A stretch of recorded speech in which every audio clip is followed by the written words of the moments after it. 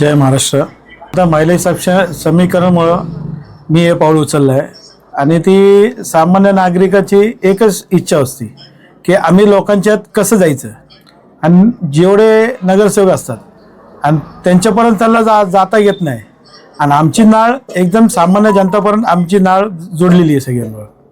हे सगळं जोडलेलं असताना पण निवडणुकीच्या रुग्णामध्ये तुम्ही स्वतः होतात अशी परिसरामध्ये चर्चा होती, पण ऐन वेळेला चित्र वेगळं झालंय। तुम्ही तुमच्या पत्नीला अधिकृत उमेदवारी मिळवून दिली शिवसेनेची आणि त्यांना निवडणुकीच्या रिंगणामध्ये उभं केलं। म्हणजे तुम्हाला काय वाटलं की त्यांनाच उभं केलं पाहिजे इलेक्शनमध्ये?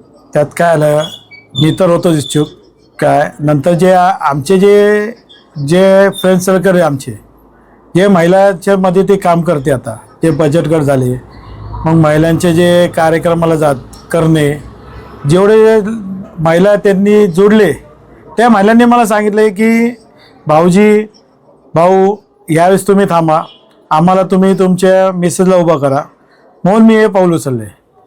काय वाटतं कसा महिलांचा रिस्पॉन्स मिळतोय? आज प्रचाराला तुम्ही त्यांच्या सोबत फिरतात, एका कॉलनीमध्ये त्या स्वतः जातात तर दुसरीकडे तुम्ही प्रचार करतात, काय भावना वाटते की एका पत्नीसाठी तुम्ही मत मागण्यासाठी प्रचार करतात तर काय वेगळं चित्र जाणवतं?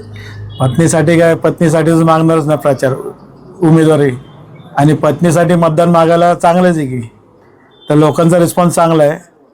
काय लोक म्हणतात की तुम्ही आमच्यासाठी खूप केलं आहे, तर मग आता तुमची पत्नी तसंच आम्हाला काम करणार सगळं आमचं। बघायला गेलं तर प्रत्येक पुरुषाच्या मागे एका स्त्रीचा हात असतो, स्त्री त्याच्या पाठीशी खंबीर उभं राहते, पण तुमच्या वार्डामध्ये आणि तुमच्या बाबतीत वेगळंच घडतंय की स्त्रीच्या पाठीमागे तुम्ही स्वतः थांबलेलं आहे, तुम्ही स्वतः सगळं बंधनं तोडून त्यांना रस्त्यामध्ये ग्राउंड लेवलला जाताय, सगळ्या महिलांमध्ये ते राहतात, तुम्ही त्यांना प्रत्येक वेळी पुढे करता। आता इलेक्शन मध्ये देखील तसं झालं, हे वेगळं चित्र आणि हा एक चर्चेचा विषय बनला की इम्रान भाई पत्नीच्या पाठीमागे उभे राहिले, हे वेगळी चर्चा देखील सुरू।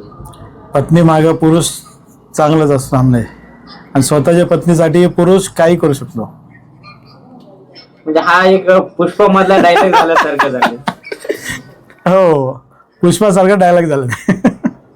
काय परिसरामध्ये समस्या काय आहेत? काय समस्या जास्त जाणवतात महिलांच्या बाबतीत असतील, वाहतुकीचा असेल, भाजी मंडईचा प्रश्न असेल, ब्लू लाईनचा प्रश्न असेल? कसं आहे, ब्लू लाईनचा जो प्रश्न आवरणं हेच झालं आता, कारण की आता सगळे आपल्या जे प्रभागमध्ये आहे सगळे जुनं कन्स्ट्रक्शन आहे, जुने कन्स्ट्रक्शनमुळं कधीही धोका निर्माण होऊ शकतो याच्यात, आणि ब्ल्यू लाईन पडल्यामुळं नागरिकांना सोय होत नाही आहे की रिडेव्हलपमेंटला देण्यासाठी काय, आणि बिल्डरला पण त्रास होणार त्यासाठी।